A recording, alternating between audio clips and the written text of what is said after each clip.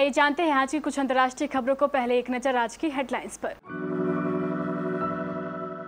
पंजशीर में बढ़ा खूनी संघर्ष, तालिबान से लोहा ले रही अहमद मसूद की फौज के प्रवक्ता फहीम दस्ती की मौत। अफगानिस्तान में चरम पर सत्ता संघर्ष, तालिबान में भी पड़ी फूट। देश छोड़कर भाग सकते हैं अनिल देशमुख, महाराष्ट्र के पूर्व गृह मंत्री के खिलाफ लुकआउट नोटिस। अगस्त महीने में G7 देशों से ज्यादा अकेले भारत ने लगाए टीके।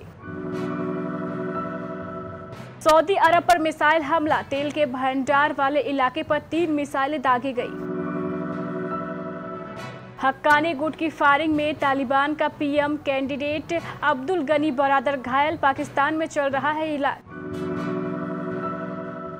मुजफ्फरनगर महापंचायत में बीजेपी के खिलाफ फूटा किसानों का गुस्सा। एक बार फिर कम हुए पेट्रोल डीजल के दाम। सायरा बानो हुई अस्पताल से डिस्चार्ज, सांस लेने में दिक्कत होने पर कराया गया था भर्ती। और पैरालंपिक बैडमिंटन में कृष्णा नागर ने लहराया तिरंगा, जीता गोल्ड मेडल। अफगानिस्तान पर कब्जे के बावजूद पंजशीर से दूरी रखने के बाद अब तालिबान ने इस इलाके में जंग शुरू कर दी है।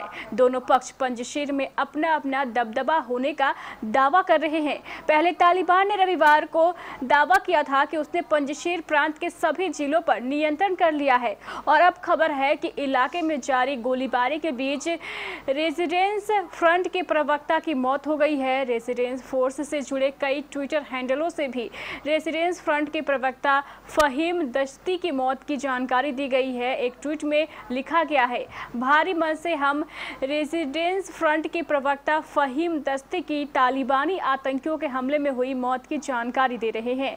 हालांकि ट्वीट में इसके अतिरिक्त कुछ भी नहीं बताया गया है। अफगानिस्तान में तालिबान के कब्जे के 3 हफ्ते बाद भी नई सरकार के गठन की घोषणा नहीं हो सकी है। सरकार में हिस्सेदारी को लेकर तालिबान के विभिन्न धारों के बीच संघर्ष छिड़ गया है। हालात यहां तक पहुंच गए हैं कि शुक्रवार को तालिबान और हक्कानी नेटवर्क के बीच गोलीबारी तक हो गई। इसमें तालिबान के सह संस्थापक और भावी सरकार के मुखिया बताए जा रहे मुल्ला अब्दुल गनी बरादर के घायल होने की खबर भी है। हालांकि तालिबान की तरफ से इस पर कोई बयान नहीं आया है। वहीं बरादर ने रविवार को काबुल में संयुक्त राष्ट्र के शीर्ष अधिकारियों से मुलाकात भी की। प्रवर्तन निर्देशालय ने महाराष्ट्र के पूर्व गृह मंत्री और एनसीपी नेता अनिल देशमुख के खिलाफ लुकआउट नोटिस जारी किया है। ईडी ने यह लुकआउट नोटिस 100 करोड़ रुपए की वसूली के आरोप के मामले में किया है। लुकआउट नोटिस जारी होने के बाद देशमुख देश से बाहर नहीं जा सकते हैं। बता दें कि वसूली के आरोपों के बाद अनिल देशमुख को गृह मंत्री के पद से इस्तीफा देना पड़ा था। एक निजी चैनल से बातचीत में ईडी के सूत्रों ने कहा है कि देशमुख को देश छोड़ने से रोकने के लिए लुकआउट सर्कुलर जारी किया गया है। ईडी ने अनिल देशमुख को अब तक 5 बार समन भिजवाया है, लेकिन वो पेश नहीं हुए हैं। पिछले महीने सुप्रीम कोर्ट ने भी इस मामले में उन्हें अंतरिम राहत देने से इनकार कर दिया था। कोरोना वायरस के खिलाफ टीकाकरण अभियान में भारत लगातार अपनी स्थिति मजबूत कर रहा है। अब तक 68 करोड़ से ज्यादा कोरोना रोधी टीके लगाए जा चुके हैं। दिनों दिन टीकाकरण की रफ्तार बढ़ रही है। पिछले महीने यानी अगस्त में भारत ने 18 करोड़ से ज्यादा टीके लगाए, जो G7 देशों में लगाए गए कुल टीकों से भी अधिक है। G7 दुनिया के 7 सबसे विकसित देशों का समूह है। इसमें Canada, Britain, Italy, Germany, France, America और जापान शामिल है। अगस्त में इन 7 देशों में से जापान में कोरोना रोधी वैक्सीन की सबसे ज्यादा 4 करोड़ डोज लगाई गई। इसके बाद अमेरिका में 2 करोड़ 3 लाख, फ्रांस में 1 करोड़ 3 लाख, जर्मनी में 90 लाख, इटली में 80 लाख, ब्रिटेन में 50 लाख और कनाडा में 30 लाख डोज दी गई है। अगर इन 7 देशों में अगस्त में लगाई गई डोजों को जोड़ दे तो यह कुल 10 करोड़ 1 लाख होती है, जबकि भारत में इस दौरान 18 करोड़ डोज लगाई गई।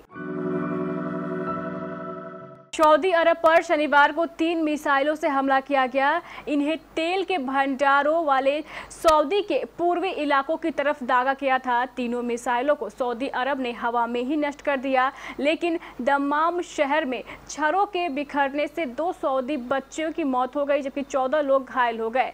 सऊदी अरब के पड़ोसी देश यमन के हूती विद्रोही लंबे समय से सऊदी को निशाना बना रहे हैं। इन्हें ईरान का समर्थन मिला हुआ है।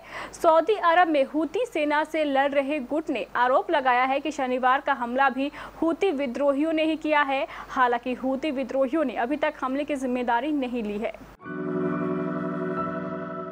अफगानिस्तान में तालिबान सरकार के गठन को लेकर अब टकराव साफ तौर पर सामने आ गया है। हक्कानी गुट और तालिबान के बीच पहले से ही गतिरोध की खबरें सामने आ रही थी। अब पंजशीर ऑब्जर्वर ने ट्वीट कर बताया है कि इन दोनों गुटों के बीच हुई फायरिंग में अब्दुल गनी बरादर घायल हो गए। आपको बता दें कि बरादर का नाम तालिबान की भावी सरकार में प्रधानमंत्री के तौर पर लिया जा रहा था। पंजशीर ऑब्जर्वर की तरफ से किए गए ट्वीट में यह भी कहा गया है कि घायल बरादर का इलाज पाकिस्तान में किया जा रहा है। केंद्र सरकार के 3 कृषि कानूनों का विरोध कर रहे किसानों ने कल उत्तर प्रदेश के मुजफ्फरनगर में विशाल किसान महापंचायत आयोजित कर अपना शक्ति प्रदर्शन किया। यहां इकट्ठा हुए किसानों ने अपना इरादा साफ किया, या तो सरकार कानून वापस ले या आगामी राज्य चुनावों में बीजेपी के खिलाफ ये किसान लामबंद होंगे। महापंचायत के मद्देनजर योगी सरकार ने लॉ एंड ऑर्डर बनाए रखने के लिए लगभग 8000 सुरक्षा कर्मियों को तैनात किया। किसान महापंचायत का स्थान मुजफ्फरनगर का ऐतिहासिक जीआईसी मैदान, जो प्रतिष्ठित किसान नेता महेंद्र सिंह टिकैत द्वारा पहले किसान बैठक का भी आयोजन किया जा चुका था।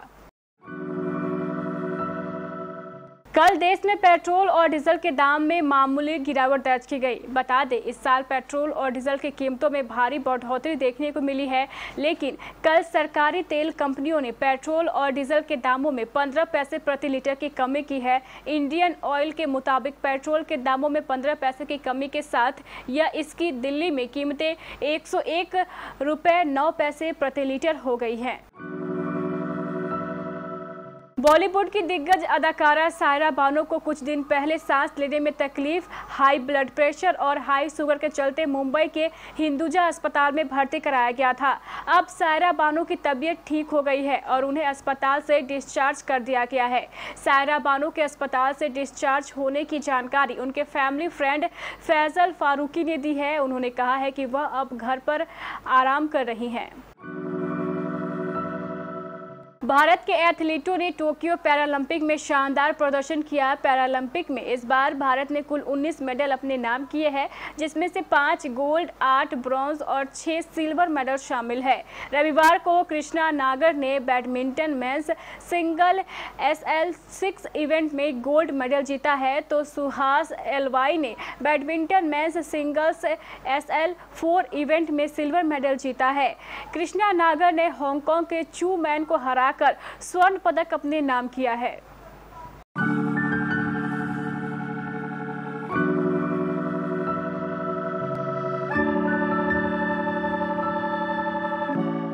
ये थी हमारी कुछ अंतर्राष्ट्रीय खबरें। चलेंगे प्राइम स्टूडियो।